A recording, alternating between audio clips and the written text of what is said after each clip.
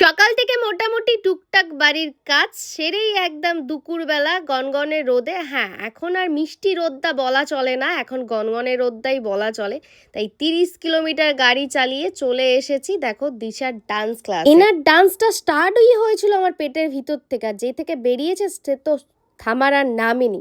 যাই হোক, ওকে ফ্রেশ করিয়ে একদম ক্লাসে ঢুকিয়ে দিয়ে আমি একদম বসে গেছি। তারপরে বসে বসে ভাবলাম কি আর করা যাবে, চলো। সত্যি কথা বলতে আমি এক জায়গায় বেশিক্ষণ বসে থাকতেই পারি না, আর এইদিকে এই ভাইটাকে বলে এসেছিলাম যে কিছু নতুন কালেকশন আনতে, তো উনি আনেননি। তো তারপরে চলে এসেছিলাম দিশার ডান্স ক্লাসে, এখানে ছুটি হয়ে গিয়েছিল আর একটু খাইয়েও নিলাম, দেন আমরা বেরিয়ে পড়েছি আর একটা ক্লাসে যাওয়ার উদ্দেশ্যে। তোমাদের সাথে তো আমাদের ইন্ট্রোটা দেওয়াই হয়নি, মানে আমার ইন্ট্রোটা। হ্যালো এভরিওয়ান, আমি দীপিকা, তোমরা সবাই কেমন আছো? আশা করি যে সবাই খুব ভালো আছো, আমিও বিন্দাস আছি। এই যে এই রাস্তাটা দাঁড়ানোর কারণ হচ্ছে একটাই, এত গাড়ি যায় এখান দিয়ে, আমি তো ভাবা চাকা খেয়ে যাই।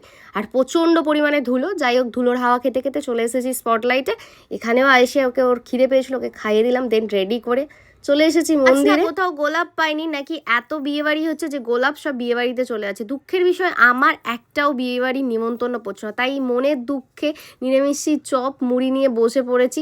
অনেক দিন পরে একা একা এরকম মুড়ি খাচ্ছি। তারপরে দিশার ক্লাস ছুটি হয়ে গেছিলো, আমরা বাড়ি চলে এসেছি। কথা বলতে আমার জীবনে এক্সট্রা করে আর কাজের আমি প্রয়োজন মনে করি না, এটাই হচ্ছে আমার জীবনের একমাত্র কাজ।